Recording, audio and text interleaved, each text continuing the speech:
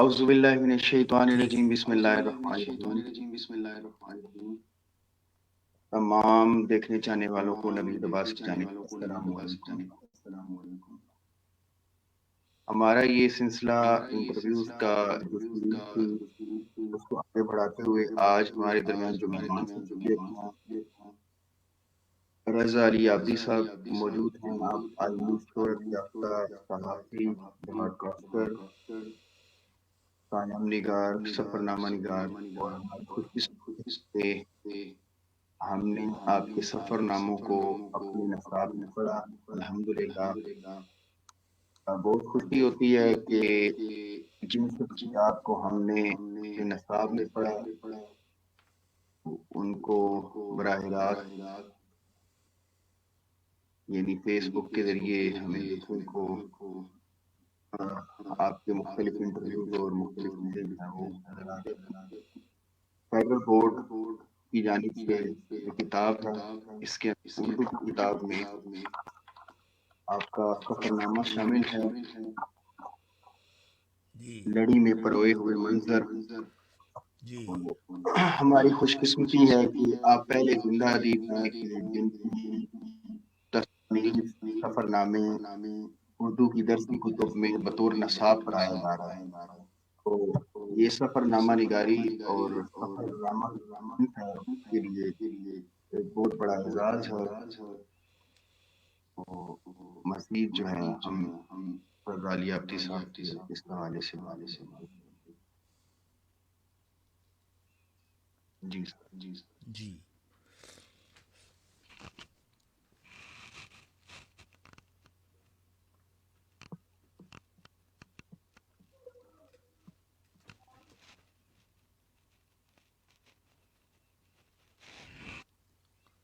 میری آواز آ رہی ہے؟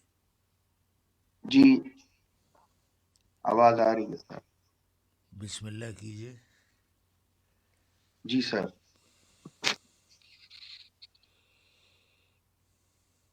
آپ کی آواز آ رہی ہے سر۔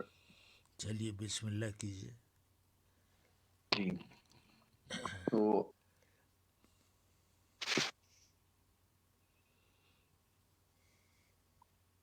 آج ہمارے درمیان مہمان شخصیت رضا علی عابدی صاحب موجود ہیں۔ آپ عالمی شہرت یافتہ براڈ کاسٹر، صحافی، کالم نگار، سفر نامہ نگار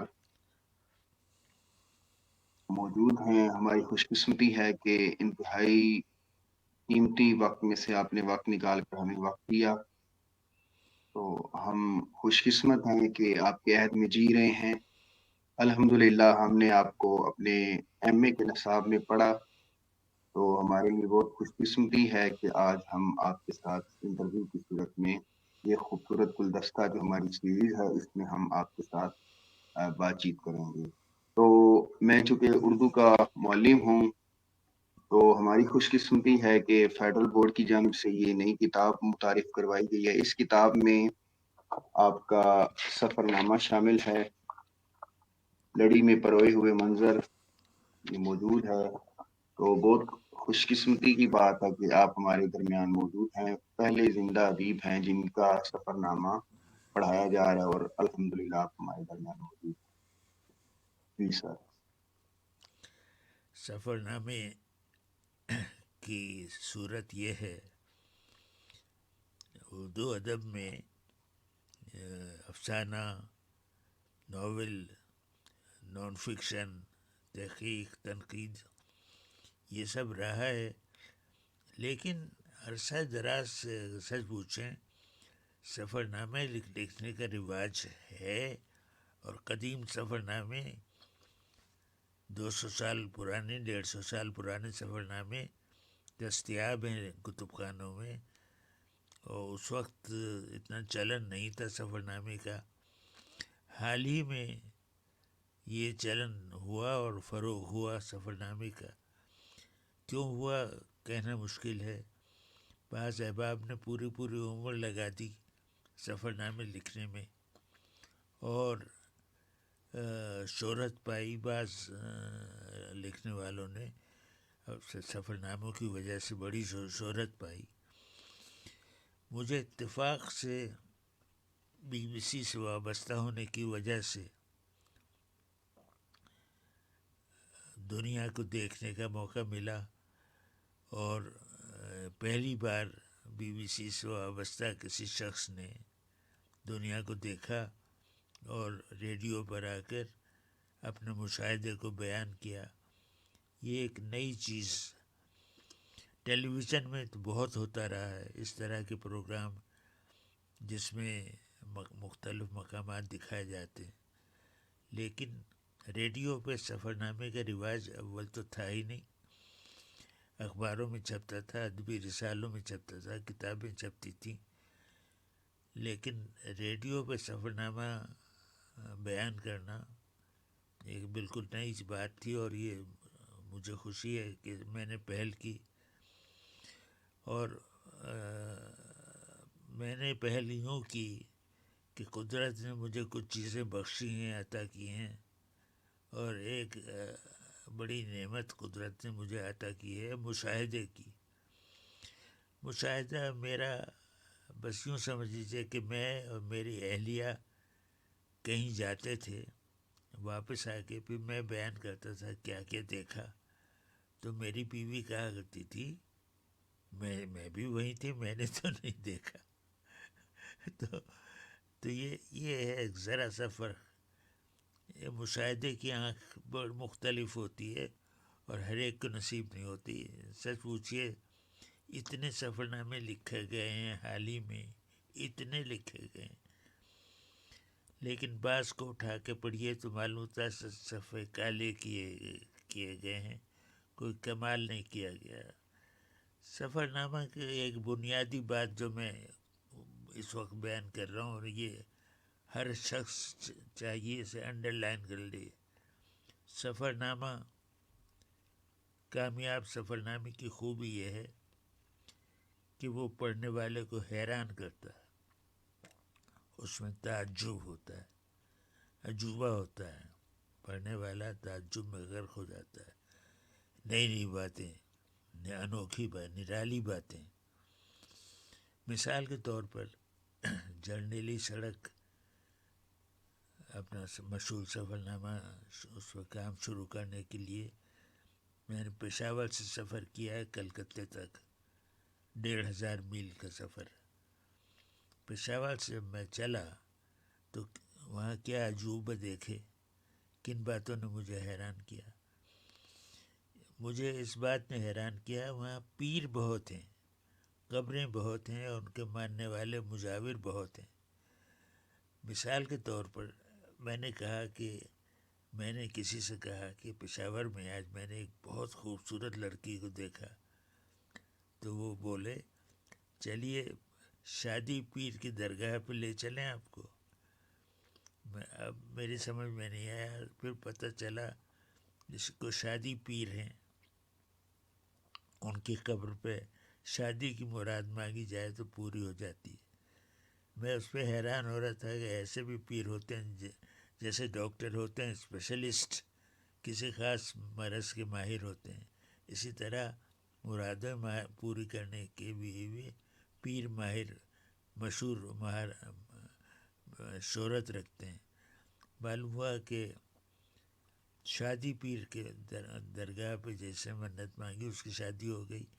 میں نے کہا یہ کمال کی بات ہے۔ انہوں نے کہا ایسے اور بھی کئی پیر ہیں، ایک پیر ہیں ان کا وہ کہلاتے ہیں گرم پیر۔ میں نے کہا کیا لپٹیں اٹھتی ہیں ان کی قبر سے؟ نہیں، گرم پیر، ان کی خوبی یہ ہے کہ ان کی قبر پہ ادھر منت مانی ادھر پوری ہوئی۔ گرم پیر، ہاٹ، گرما گرم، اسی وقت توے سے اترے ہوئے۔ تو اب ان باتوں نے حیران کیا۔ میں نے ظاہر ہے اپنے سفر نامے میں لکھا، ہر جگہ کوئی نہ کوئی چیز ہوتی جو آپ کو دنگ کرتی ہے، حیران کرتی ہے، تعجب میں ڈالتی ہے۔ وہی سفر نامے کی بنیادی کلید ہے، وہ چیز جو مشاہدے میں آ رہی ہو لیکن لوگ کوئی اس کو اہمیت نہ دے رہا ہو، مشاہدے میں آ رہی ہو لیکن لوگ سرسری چلے جا رہے ہوں، اور اسے بیان کرنے کی جو طاقت و صلاحیت ہوتی وہ ہر ایک میں نہیں ہوتی. میری زندگی کا سب سے بڑا جو تعجب خیز سفر نامہ اسے بہت کم لوگ جانتے ہیں، اس کا نام ہے جہازی بھائی. جنوبی افریقہ کے جنوبی کونے کے قریب ایک بڑا جزیرہ ہے جس کا نام موریشس، جہاں بے انتہا گنا پیدا ہوتا ہے. موریشس گیا میں، ایک دوسری دنیا دیکھی، اپنے جیسے لوگ. ایسا لگا موریشس نہیں آیا، مدراس کے ہوائی اڈے پہ اتر گیا ہوں. ہر چیز نرالی، ہر چیز انوکھی، اتنی آبادی، ہماری روپ رنگ کے جیسے لوگ. یہ سب کہاں سے آ گئے، یہاں کیوں گئے؟ ہندوستان پاکستان سے اتنے دور اس چھوٹے سے جزیرے میں یہ لوگ کب آئے، کیوں آئے، کیا کر رہے ہیں؟ یہ نئی بستیاں بسا رہے ہیں، کیا ہو؟ حیرت، تعجب، ہر چیز. کھیتوں کے بیچ میں پتھروں کے احرام بنے ہوئے، ہر قدم پہ ایک حرم بنا ہوا، اور احرام جگہ پورے کھیتوں میں بیچ فصلوں کے بیچ میں پتھروں کے ڈھیریاں لگی ہوئی، احرام کی شکل. میں نے یہ کیا ہے، یہ تو کہیں نہیں دیکھا. ہم نے کھیتی باڑی بہت دیکھی لیکن کھیتوں کے بیچ میں پتھروں کے احرام نہیں دیکھے. تب پتہ چلا کہ یورپ والے یہاں آئے تھے، انہوں نے دیکھا اس جزیرے میں گنے کی کاشت بے حد ہوتی ہے. گنا خودرو پودوں کی طرح اگتا ہے اور اتنی افراد سے گنا پیدا ہوتا ہے. ندی نالوں تک، میدانوں میں تو ہوتا ہی ہے، ندی نالوں تک میں گنا اگا ہوتا ہے جیسے خودرو. اتنا گنا پیدا ہوتا ہے. تو گنے کی کاشت کرنے کے لیے زمین، پتیلی زمین تھی، اس کے پتھر اٹھانا تھے اور اسے زراعت کے قابل بنانا تھا. ہندوستان سے بحری جہاز بھر بھر کے مزدور لائے گئے، یہ لالچ دے کے کہ چلو ایک جزیرہ ہے وہاں پتھر اٹھاؤ، اس کے نیچے سے اشرفی نکلتی ہے. لوگ جہازوں میں بھر بھر کے جنوبی ہند سے، مشرقی ہند سے، مدراس کے ساحل سے، ممبئی کے ساحل سے لوگ جہازوں میں بھر بھر کے موریشس پہنچ گئے. پتھر اٹھاؤ تو اشرفی نکلتی ہے. انہوں نے جا کے پتھر اٹھانا شروع کیا. کھیتوں کی زرعی زمین جو پتھریلی تھی وہ صاف کر کے زرعی بنا دیا، اور اتنے جو پتھر اٹھائے تھے وہ کہاں جائیں گے؟ تو انہوں نے بیچ بیچ میں ان کے احرام بنا دیے، اور قدم قدم پہ احرام. بلندی سے دیکھے، اترتے ہوئے جہاز سے میں نے دیکھا دور دور تک احرام. میں نے یہ کیا ہے؟ پتہ چلا زمین کو قابل کاشت بنانے کے لیے جو پتھر اٹھائے گئے تھے ان کو کہاں لے جائیں، وہیں ان کے احرام بنا دیے. میں حیران ہوا. یہ ایک مثال ہے، باقی جو جتنی چیزیں وہاں تھی سب حیران کرنے والی تھی. ہندوستان سے، پاکستان سے اتنی دور یہ لوگ آئے ہوئے یہاں کیا کر رہے ہیں. ان کی اب کئی نسلیں آباد ہو گئی ہیں، 3 نسلیں اس وقت وہاں ہیں. ہر چیز عجیب تھی، ہر چیز عجوبہ تھی. وہ میں نے اسی طرح لکھا. ایک بڑے اعلیٰ ادیب اردو کے مجھے ملے، انہوں نے کہا اتنا شاندار سفر نامہ میں نے کبھی نہیں پڑھا. یہ صحیح معنوں میں سفر نامہ تھا. تو یہ ہے کہ سفر نامہ سچ پوچھیں تو کہانی فکشن میں بھی حیرت میں ڈالنا ضروری ہے. آپ ایک مختصر کہانی، شارٹ اسٹوری پڑھیں، اس کی آخری سطر جا کے ایک بڑے راز کھولتی ہے. لوگ حیران ہوتے ہیں کیسے کہانی ختم ہوئی. بالکل یہی حال سفر نامے کا ہے. تو پھر میں اپنی بات دہراتا ہوں کہ وہ چیز جو سفر پڑھنے والے کو حیران کرے وہ کامیابی ہے. سفر نامیت کسی بھی تحریر کی کامیابی ہے، اس میں تعجب چھپا ہو، حیرت چھپی ہو. یہ ایک کلیہ سمجھ لیجیے. اور ویسے تو کوئی بھی ادب آپ لکھ رہے ہوں، کچھ بھی تخلیق کر رہے ہوں، اس میں کوئی نئی بات ہونا ضروری ہے، اس میں ندرت ہونا ضروری ہے، اس میں جدت ہونا ضروری ہے. کوئی نئی بات ہو، نئی بات ایسا جو پہلے سے علم میں نہ ہو یا جس کی توقع نہ ہو، وہ اس میں پڑھنے میں آ جائے. تو یہ تمام تحریروں کی بنیادی خوبی یہ ہے کہ وہ حیران کریں، آپ کو متعجب کریں. تو یہ ایک بنیادی بات ہے جس پہ میں بہت زور دیتا ہوں. اور باقی یہ ہے کہ سچی بات یہ ہے کہ سفر نامہ لکھنے والے کو ایک خاص آنکھ قدرت ہر ایک کو عطا نہیں کرتی. وہ جس کو عطا کرے اور اس کو ایک خصوصی مشاہدے کی آنکھ قدرت جس کو عطا کرے، اور ساتھ ہی بیان کرنے کی صلاحیت بھی قدرت عطا کر دے.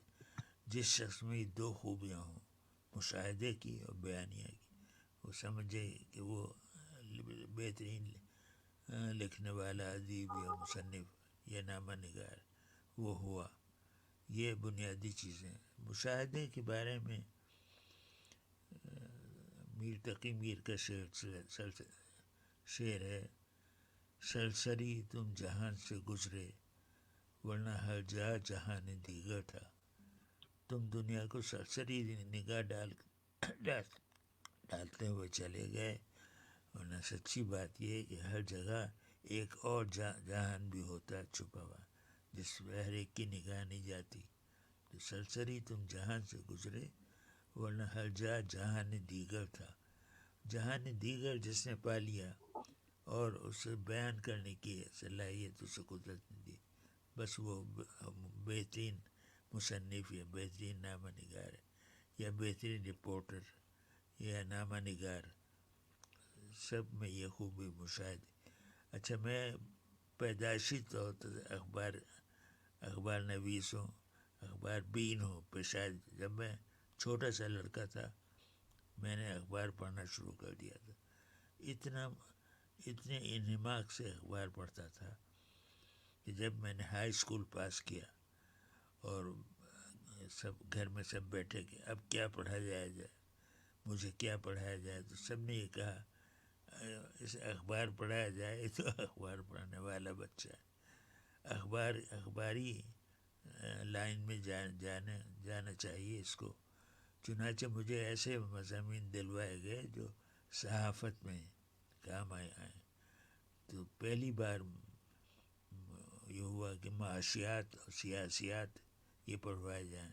اچھا، سیاسیات سمجھ میں آ گیا، معاشیات سمجھ میں اتنا چھوٹا لڑکا تھا. میں نے پوچھا معاشیات کیا ہوتا کیا ہے؟ تو کالج میں داخلے ہوا تو اکنامکس اینڈ پولیٹیکل سائنس دو مضمون لیے میں نے. اکنامکس میں نے پوچھا وہ ہوتا کیا ہے، اتنا سادہ تھا. تو یہ سب چیزیں جو ہیں صحافی بنانے کے لیے ضروری ہوتی، بیک گراؤنڈ چاہیے ہوتا ہے. میں اپنے سننے والوں کو ایک تو تہہ دل سے سلام پیش کرتا ہوں. وہ میرے سامنے نہیں ہیں لیکن میں تصور کی آنکھ دیکھ سکتی ہے. مجھے وہ آنکھ بھی قدرت نے عطا کی ہے جسے تصور کی آنکھ کہتے ہیں. تو اپنے سننے والوں کو میں سلام پیش کرتا ہوں اور یہ مشورہ دیتا ہوں، بنیادی کام ہر شخص کو کرنا. بنیادی کام کیا ہے؟ پڑھو پڑھو پڑھو پڑھو، مطالعہ کرو مطالعہ کرو مطالعہ کرو. بس یہ راز ہے. لوگ بہت کم لوگ جانتے ہیں، اس راز پہ عمل نہیں کرتے، لیکن پڑھتے نہیں، لوگ گریز کرتے ہیں. میرا یہ حال ہے، ایک لائبریری لے کے بیٹھا ہوا ہوں، جی چاہتا ہے اس سرے سے اس سرے تک ساری کتابیں پڑھوں، مگر نہ اتنے فرصت ہے نہ اتنے توانائی ہے. آنکھیں کمزور ہو رہی ہیں، عمر کے ساتھ میں خود کمزور ہو رہا ہوں، پڑھنے میں دشواری، لکھنے میں اور بھی زیادہ دشواری. کل ایک ادیب کو چھوٹی سے تحریر بھیجی لکھ کے، کل ہی بیٹھ کے لکھا مالیگاؤں مہاراشٹر کے ایک صاحب ہیں اشفاق عمر، بزرگ ہیں اور معلم ہیں اردو کے.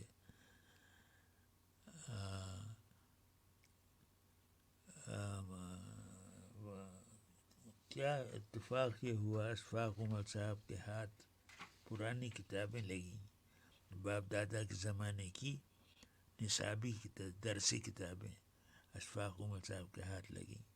وہ حیران رہ گئے، یہ دادا جان کی پڑھی ہوئی کتابیں، اس میں کیسے کمال کمال کی چیزیں ہیں. انہوں نے ان چیزوں کا انتخاب کیا، کہانیاں ہیں عام طور سے، ان کا انتخاب کیا اور انہیں جدید کتاب کی شکل میں چھاپ رہے ہیں. میں نے کہا یہ بڑا اچھا کام ہو رہا ہے، یہ ادب جو پیچھے رہ گیا، جسے ہم نے بھلا دیا، جو بڑے قیمتی ادب تھا، وہ اس کو کوئی زندہ کر رہا ہے، اس میں نئی روح پھونک رہا ہے.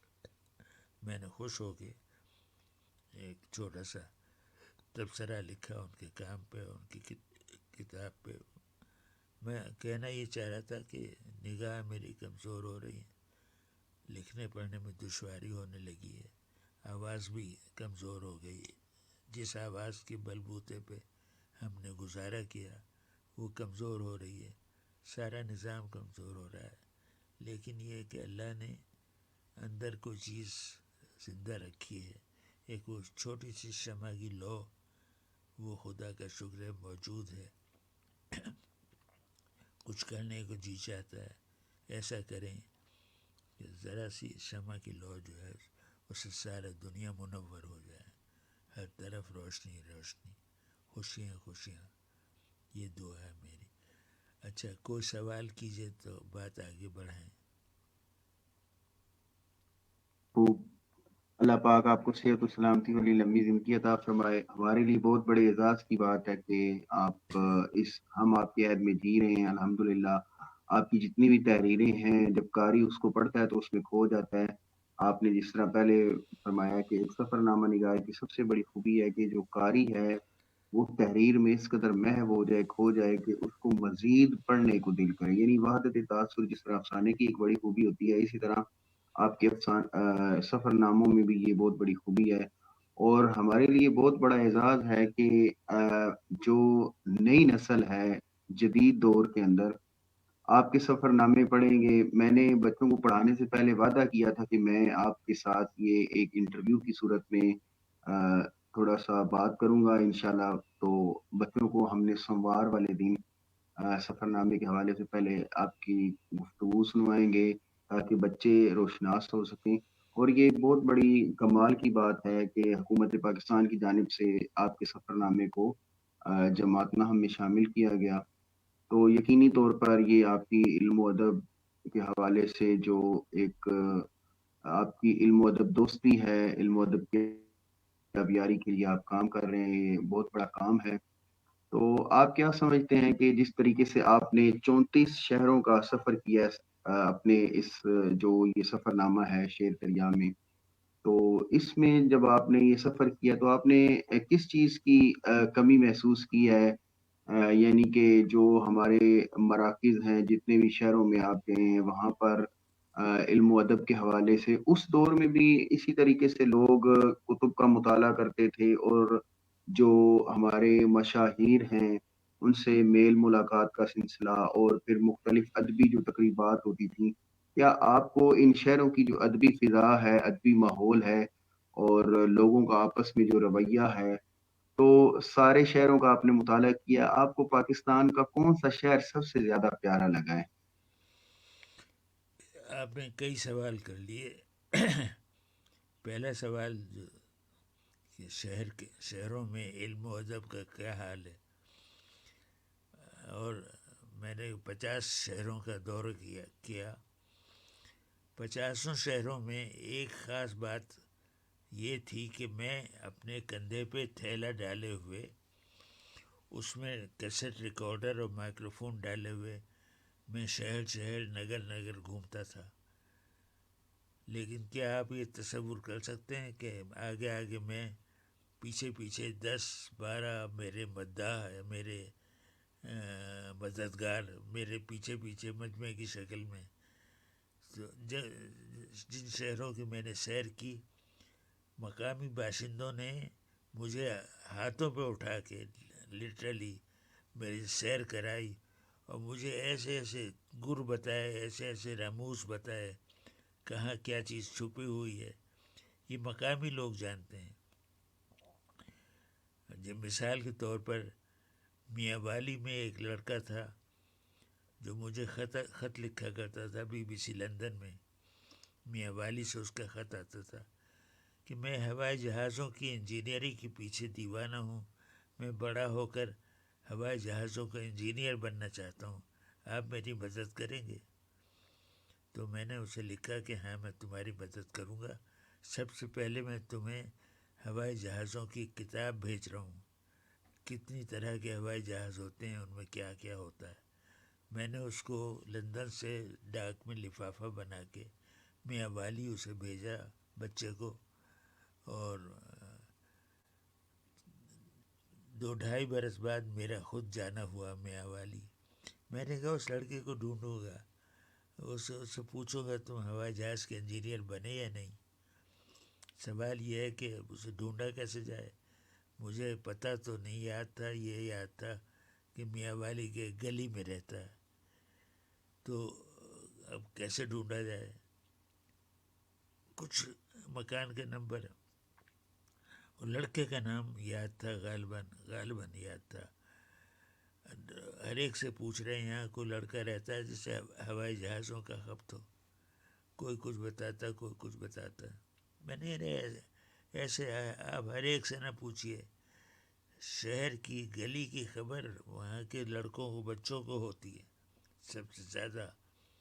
چنانچہ بچوں کو میں نے پوچھا، بلایا، میں نے یہاں کوئی لڑکا ہے جسے ہوائی جہازوں کا بہت شوق ہے؟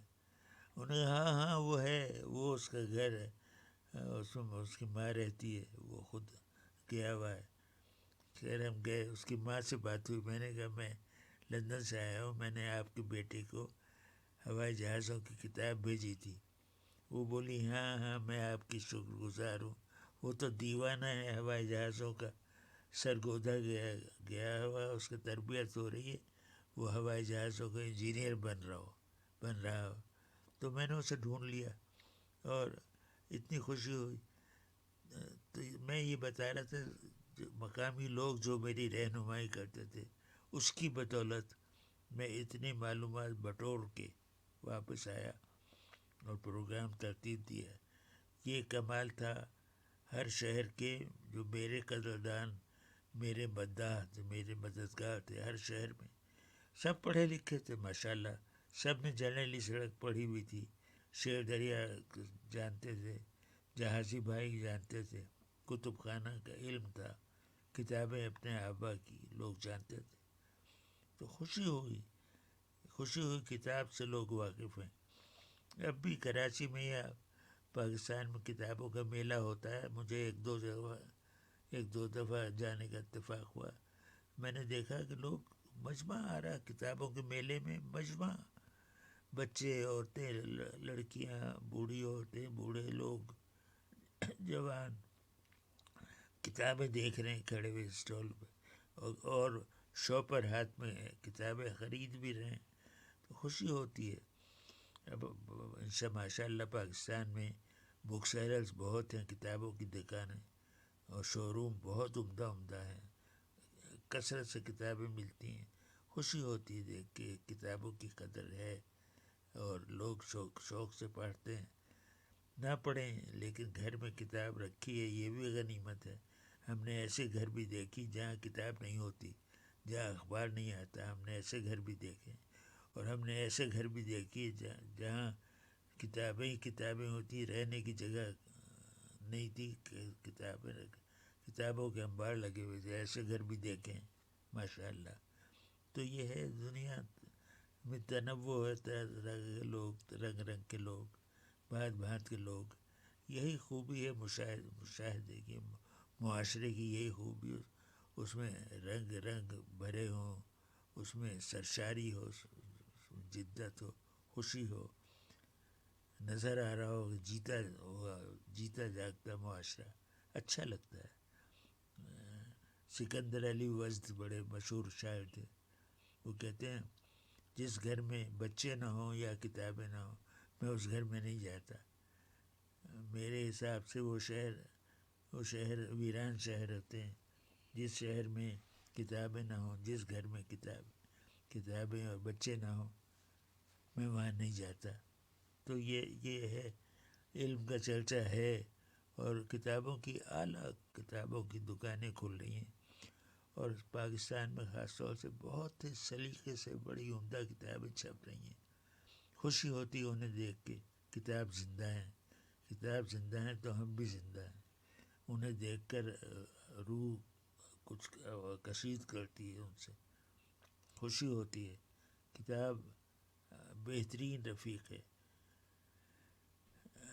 ایک زمانے میں ہر ریلوے اسٹیشن پہ بک اسٹال ہوا کرتا تھا جہاں بہترین کتابیں، سستی کتابیں، ریلوے سفر پہ جانے والے لوگ کتاب خریدتے تھے اور پڑھتے ہوئے جاتے تھے.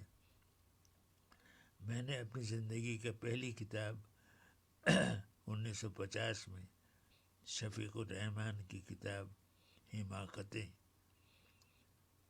کراچی سٹی سے خریدی تھی، اور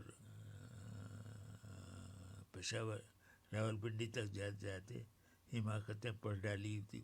زندگی کی پہلی کتاب وہ ریلوے اسٹیشن سے خریدی تھی. ریلوے اسٹیشن کا تو میں عاشق ہوں. ہر ریلوے اسٹیشن مجھے اچھا لگتا ہے.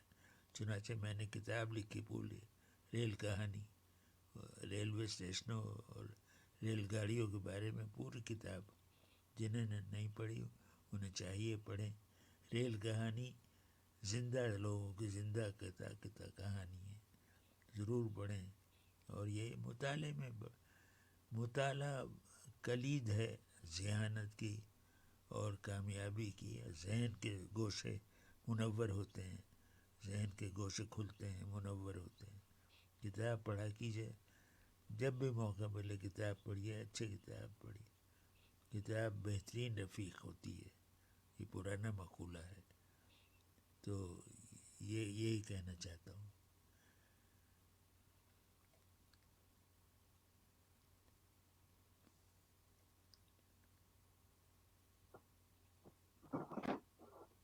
ماشاء اللہ، آپ نے جس طریقے سے کتب بینی کے حوالے سے نوجوانوں کو تحریک دی، تحرک دیا، انشاءاللہ نوجوان آپ کی اس بات پر عمل کرتے ہوئے کتب کا مطالعہ کریں گے.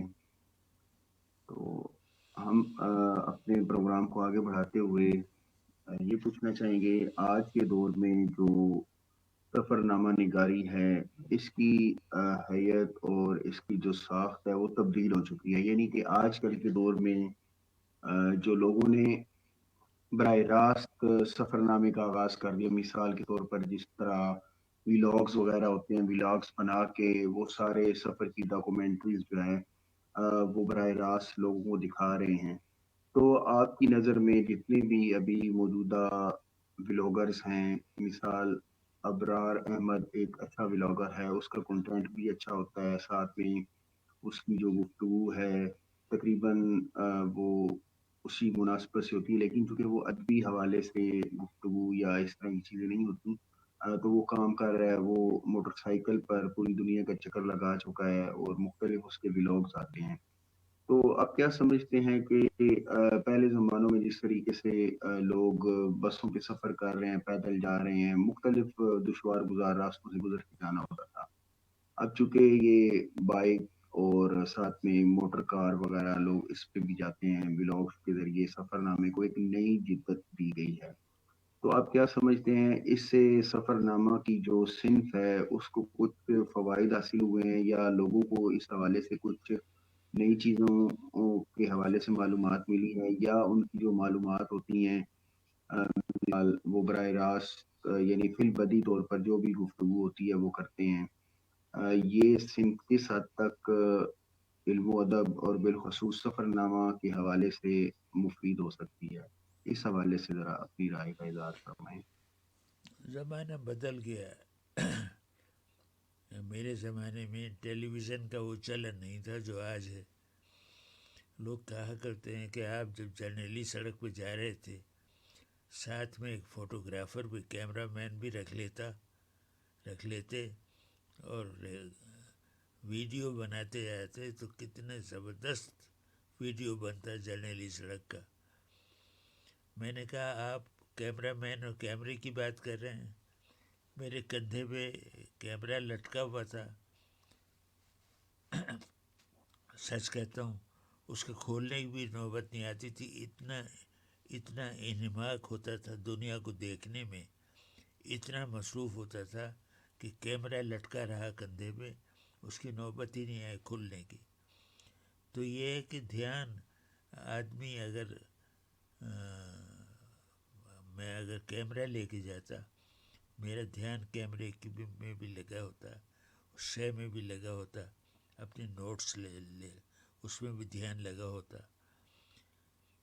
لیکن سچی بات یہ دیانت کا تقاضا یہ، میں کل توجہ اپنے مشاہدے پہ لگائی میں نے، اور صرف دیکھا کیا.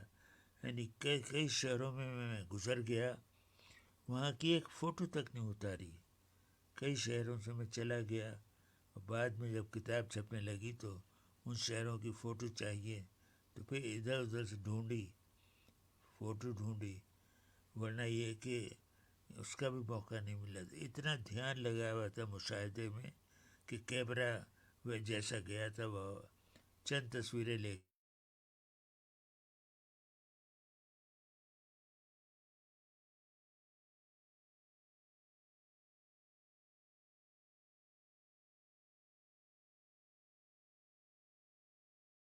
اس کے لیے بالکل اور طرح کا ذہن بنانا پڑتا ہے. ایک صاحب کو میں دیکھتا ہوں، وہ کیمرہ مین کو لے کے قلعوں میں، بازاروں میں، تاریخی عمارتوں میں، مقبروں میں، ہر جگہ جاتے ہیں اور وہ ویڈیو بناتے ہیں.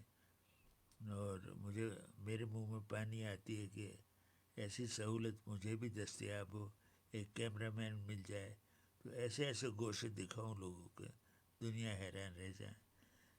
مجھے ابھی حال ہی میں ان صاحب نے ایک ریلوے اسٹیشن دکھایا کھاریا کے قریب، چھوٹا سا پرانا اسٹیشن، گمنام اسٹیشن، ویران پڑا ہے. اس کے دروازوں میں تالے پڑے ہوئے ہیں اور لوگ اسے چھوڑ کے چلے گئے. اور کھاریا کے قریب وہ اسٹیشن، ان صاحب نے جو جگہ جگہ سفر کرتے ہیں کیمرہ لے کے، انہوں نے اس کا کیمرہ ویڈیو بنائے. اس اسٹیشن کی خوبی یہ ہے کہ وہ اتنا کم استعمال ہوتا ہے، اس کے گرد جھاڑیوں کی جنگل اگا ہوا ہے. اس کی خوبی یہ ہے اس میں اتنے سانپ رہنے لگے تھے، اس اسٹیشن کا نام ہی ہو گیا تھا سانپوں والا اسٹیشن. آخر تالا لگا کے اس اسٹیشن کو چھوڑ دیا گیا، وہ اب استعمال میں نہیں ہے کیونکہ اس میں سانپوں نے بسیرا کر لیا. تو سانپوں والا اسٹیشن. اب میں اگر ہوتا اور میرے پاس کیمرہ مین ہوتا، ایسی مزے کی کہانی بنا کے لاتا. وہ صاحب جو کر رہے ہیں کام، بلا شبہ مجھے نام میرے ذہن سے نکل گیا، کمال کی ڈاکومنٹریز بنا رہے ہیں. پرانے قلعے، روات کا قلعہ ہم نے ہمیشہ باہر سے دیکھا، اندر کبھی نہیں گئے. انہوں نے ایسی اس کے گوشے دکھائے. قلعے جو ہیں، تاریخی عمارتیں مجھے بھی بہت ہی فیسینیٹ کرتی ہیں، کیونکہ کہتے ہیں کہ قدیم عمارتیں تاریخ کی سب سے بڑی سچائی یہ قدیم عمارتیں بیان کرتی ہیں، لوگ نہیں کرتے. تو قدیم عمارتوں میں بڑی خوبی ہوتی ہے، مجھے بہت ہی فیسینیٹ کرتے ہیں. سہسرام کا قلعہ، مقبرہ شیر شاہ سوری کا مقبرہ، اور روہتاس کا قلعے کی کہانی بیان کرتے ہوئے مجھے اتنا اچھا لگا، اتنا میں نے گہرائی سے چیزیں نکالی ڈھونڈ کے. روہتاس کا قلعہ دیکھنے کے قابل، اور اتنا لطف آیا مجھے اس کا بیان کرنے میں. عجیب چیزیں دیکھی. دارا شکوہ کے زمانے کی فوجیوں نے دیوار پر عمارتیں لکھی ہوئی تھیں، وہ کسی کو نظر نہیں آئی، مجھے نظر آئیں. میں ان کی فارسی عبارتیں تھیں، میں ان کی فوٹو بنا کے لندن لایا اور اپنے دوست ضیاء الدین شکیب صاحب سے کہا یہ پڑھ کے بتائیں کیا لکھا ہے. انہوں نے بتایا کہ دارا شکوہ کی فوجیوں نے لکھا ہے جو قندھار کے مارکے سے واپس آتے ہوئے اس قلعے میں ٹھہرے تھے. وہ فوجی انہوں نے باتیں لکھی تھیں، جنگ کیسی جنگ ہوئی، کیسے گولے چلے، کیا ہوا، وہ سب روہتاس کے قلعے میں ایک دریچے کی چھت پہ لکھا ہوا ہے. کسی نے نہیں دیکھا، میں نے دیکھا، اس کا فوٹو لایا، پڑھوایا اسے. میری کتاب میں اس کا ذکر ہے. تو ابھی ویڈیو کے زمانے آ گئے ہیں، اس کا اور ہی لطف ہے. دیکھیے نا، آدمی بیان کرنے کی زحمت سے بچ جاتا ہے. اتنی چیزیں کہاں تک بیان کریں. تحریر میں تو آپ کو یا ریڈیو میں آپ کو بیان کرنا پڑتی، دکھا نہیں سکتے. ویڈیو میں آپ دکھا رہے ہوتے ہیں تو آپ بیان کی زحمت سے بچ جاتے ہیں. آدھی چیز تو انسان اپنی آنکھوں سے دیکھ لیتا ہے، آدھی چیز تصور سے دیکھتا ہے، جبکہ ریڈیو میں یا تحریر میں ہر چیز تصور میں دیکھتا ہے. اب میں اگر روہتاس کا قلعہ بیان کر رہا ہوں تو سننے والا یا پڑھنے والا تصور کر سکتا ہے، دیکھ نہیں سکتا. تو وہ لیکن جو بیان کا جو حسن ہے وہ ٹیلی ویژن میں وہ حسن نہیں ہے. بیان میں جو حسن ہے جس میں آدمی اپنا جذبات ڈالتے ہیں، تحریر میں آدمی اپنے جذبات نہیں ڈال سکتا، لیکن بیانیہ میں ایک کیفیت طاری ہوتی ہے. میں دریا سندھ پہ پروگرام کر رہا تھا، ہر جگہ میرا دریا کہہ رہا تھا.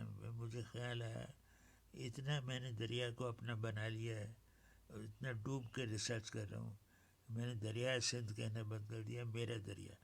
میرا دریا دور چلا گیا، میرا دریا قریب آ گیا، میرا دریا سوکھ گیا، میرے دریا نے راستہ بدل لیا. یہ کیفیت جو طاری ہوتی ہے، یہ بڑی خوبی یہ ٹیلی ویژن یا ریڈیو کسی میں نہیں ہوتی. اور یہی کامیابی کی دلیل ہے. آپ کسی چیز کا بیان کر رہے ہیں، اس چیز سے عشق کریں، پھر اسے بیان کریں، اس کا مزہ اور ہے، بالکل اور ہے.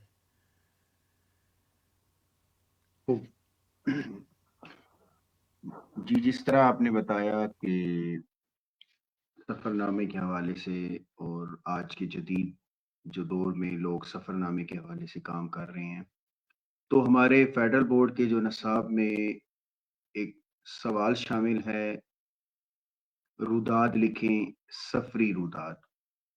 تو یہ ایک بہت بڑی کامیابی ہے اور بچوں کو راغب کرنے کے لیے کہ روداد لکھیں تاکہ ان کے امتحانی نقطہ نظر کے حوالے سے بھی وہ اپنے پرچہ میں نمبر حاصل کر پائیں، اور ساتھ میں یہ سفر نامہ نگاری کو آگے بڑھانے کے لیے آسان اقدام ہے. تو آپ کیا سمجھتے ہیں کہ آج کل کا جو نوجوان ہے، جو طالب علم ہے، اس نے چونکہ اپنی زندگی کا زیادہ تر وقت موبائل میں گزارنا ہے. اب اگر سفر پہ جا رہے ہیں، زیادہ تر جو طالب علم ہیں یا شہری ہیں یا لوگ ہیں وہ موبائل فون کا استعمال کرتے ہیں. تو یہ کس حد تک آپ سمجھتے ہیں کہ جب بھی کوئی سفر کے لیے نکلتا ہے اس کو اگر واقعات کو قلم بند کر دے تو وہ سفر نامہ کہلاتا ہے، ادبی رنگ ڈال دے. تو یہ نوجوان طالب علموں میں کس طریقے سے ہم ان چیزوں کو شامل کر سکتے ہیں کہ نوجوان جب اپنے سفر پر نکلتا ہے تو اس کو ایک سفری روداد کی صورت میں لکھ کر اپنا خزانہ علمی جو ہے وہ اضافہ کرتا رہے، اور لوگوں کو اور بچوں کو اس حوالے سے میری آپ سے گزارش ہے کہ تھوڑا سا تحریک دیں، تحرک دیں، تاکہ طالب علم جو ہے وہ اس حوالے سے کچھ نہ کچھ حاصل کر پائیں.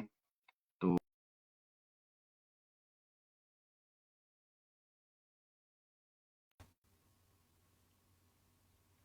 ہلو.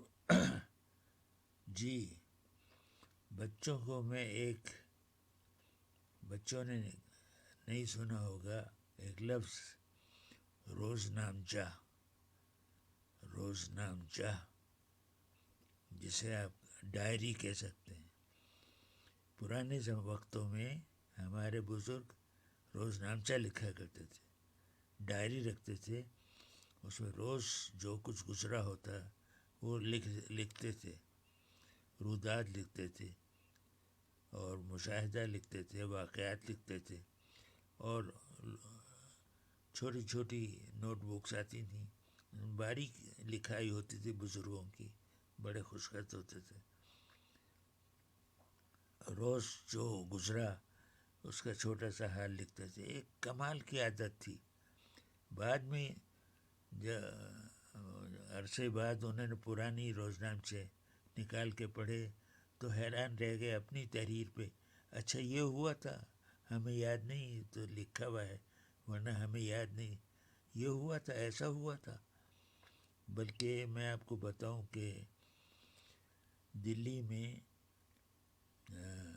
نیشنل آرکائیو سرکاری کاغذات جمع کرنے کا جو ادارہ ہے وہ لوگوں کی ہاتھ سے لکھی ہوئی کتابیں خریدتا ہے، تو انہوں نے اعلان کیا ہوا ہے کہ ہاتھ کی لکھی ہوئی کتابیں عجائب گھر خرید رہا ہے، تو بیشتر لوگ قرآن و حدیث کی کتابیں لے کے پہنچے، بہت زیادہ قرآن و حدیث کی کتابیں بہت کثرت سے آئیں، اور سیرت کی کتابیں، لیکن قرآن بہت آئے ہاتھ سے لکھے ہوئے۔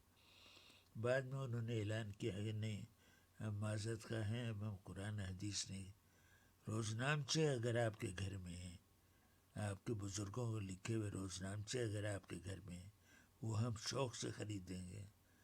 تو بے شمار لوگ پرانی ڈائریاں لے کے پہنچ گئے، اسے کھولا، دلی پہ جب برا وقت پڑا تھا اس وقت روز کی کیفیت لکھی ہوئی، ایسے ایسے تاریخی واقعات لکھے ہوئے جو کسی کے وہم گمان میں بھی نہیں تھے، روزنامچے میں سے دنیا ابل پڑی معلومات کی۔ یہ کمال کی عادت ہے، کاش مجھ میں ہوتی تو کتنی کتابیں میں مرتب کر چکا ہوتا ہے، لیکن یہ مشکل کام ہے، روز بیٹھ کے اپنے روزنامچہ لکھنا بہت مشکل کام ہے، لیکن جس میں ہے وہ بڑے کمال کا کام کر رہا ہے۔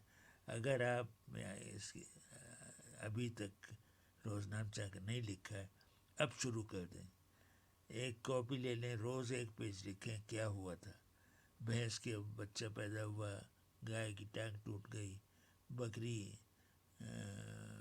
گم ہو گئی، کسائی لے گئے چرا کے، اور وغیرہ وغیرہ، جو بھی گھر میں ہو رہا ہو لکھیں۔ میرے ٹیچر تھے ہندوستان میں، وہ اپنا روزنامچہ لکھتے تھے، اتفاق سے حادثے میں ان کا ہاتھ ٹوٹ گیا تو ان کے لیے لکھنا مشکل ہو گیا، تو اپنا روزنامچہ مجھ سے لکھواتے تھے، املا بولتے تھے اور میں ان کا روزنامچہ لکھتا تھا۔